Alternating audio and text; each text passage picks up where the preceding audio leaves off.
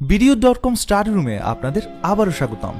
BCS এর আন্তর্জাতিক বিষয়াবলী, পিএসসির অন্যান্য সরকারি পরীক্ষাসমূহ এবং ব্যাংকের নিয়োগ পরীক্ষার প্রতি বছরের প্রশ্ন পর্যালোচনা করলে দেখা যায় যে প্রণালী থেকে প্রশ্ন থাকেই। প্রণালী নিয়ে প্রস্তুতি নেওয়ার আগে মনে রাখতে হবে, একটি প্রণালী দুইটি দেশকে পৃথক করে এবং দুইটি সাগরকে যুক্ত করে। আবার কিছু কিছু প্রণালী আছে দুই দেশের বিরোধেরও কারণ।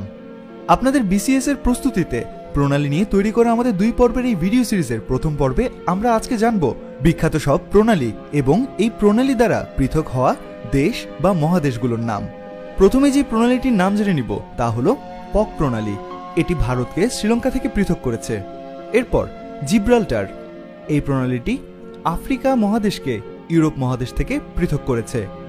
এরপর মালাক্কা প্রণালী, এই প্রণালীটি মালয়েশিয়াকে পৃথক করেছে সুমাত্রা থেকে। তাহলে মালাক্কা পৃথক করলো সুমাত্রা এবং মালয়েশিয়াকে। দারুণ। এরপর জানব ডোভার, এই প্রণালীটি ফ্রান্স এবং ব্রিটেনের মাঝামাঝি ফ্রান্সকে আলাদা করেছে ব্রিটেন থেকে। ফ্রান্স আর ব্রিটেনের মাঝে আরও একটি প্রণালী আছে, তা হলো ইংলিশ চ্যানেল। এই নামটি আমাদের সবারই জানা। ইংলিশ চ্যানেলও পৃথক করেছে ব্রিটেনকে ফ্রান্স থেকে। যেহেতু এই পর্বে আমরা জেনে নিব 15টি প্রণালীর নাম, তাহলে প্রথম 5টি জেনে গেছি। এবার দেখি কতটুকু মনে রাখতে পারলেন। বলুন দেখি, পক প্রণালী কোন দুইটি দেশকে আলাদা করেছে?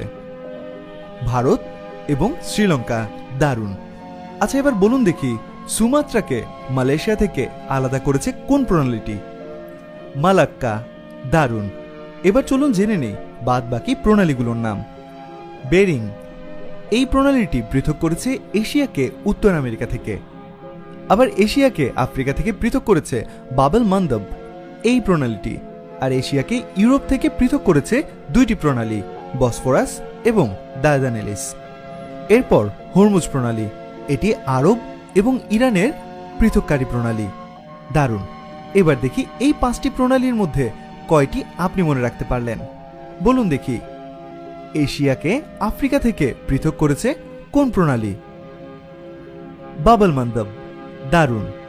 আবার বলুন দেখি, বসফরাস এবং দারদানেলিস কোন দুটি মহাদেশের মাঝে পৃথককারী প্রণালী? জি, এশিয়া এবং ইউরোপ। এবার আর বাকি 5টি প্রণালী সম্বন্ধে জেনে নিব। এবার যে প্রণালীটির নাম জানব তা হলো ফ্লোরিডা প্রণালী। এটি ফ্লোরিডাকে আলাদা করেছে কিউবা থেকে। আবার কোরিয়াকে জাপান থেকে আলাদা করেছে কোরিয়া প্রণালী। আর সিসিলকে আফ্রিকা থেকে আলাদা করেছে সিসিল প্রণালী। এখন আর 2টি প্রণালীর নাম জেনে নিব। একটি হলো ডেভিস প্রণালী এবং আরেকটি ড্রাগনস মাউথস। এই ডেভিস প্রণালী গ্রিনল্যান্ডকে আলাদা করেছে কানাডা থেকে। আর ড্রাগনস মাউথস এটি ত্রিনিদাদ অ্যান্ড টোবাগোকে আলাদা করেছে ভেনিজুয়েলা থেকে। দারুণ। এবার দেখি এই 5টির মধ্যে থেকে কতগুলো আপনি মনে রাখতে পারলেন। সিসিল, এই প্রণালীটি কাদেরকে পৃথক করেছে?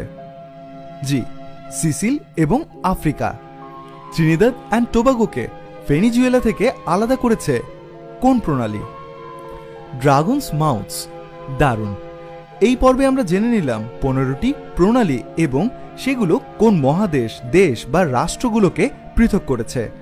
পরবর্তী পর্বে আমরা জেনে নিব এই প্রণালী দিয়ে যুক্ত হওয়া সাগরগুলোর নাম এবং যে প্রণালী বিরোধের কারণ হয়ে দাঁড়িয়েছে তারও নাম। তো দেখতে থাকুন আমাদের ভিডিওগুলো। আর প্রণালী নিয়ে আমাদের আর্টিকেলটি পাওয়া যাবে আমাদের ওয়েবসাইট BDU.com এর স্টাডি রুমের এই সেকশনটিতে। আর অ্যাক্টিভ থাকুন আমাদের ফেসবুক পেজ facebook.com/BDU.com এই লিঙ্কে। আপনাদের সবাইকে ধন্যবাদ।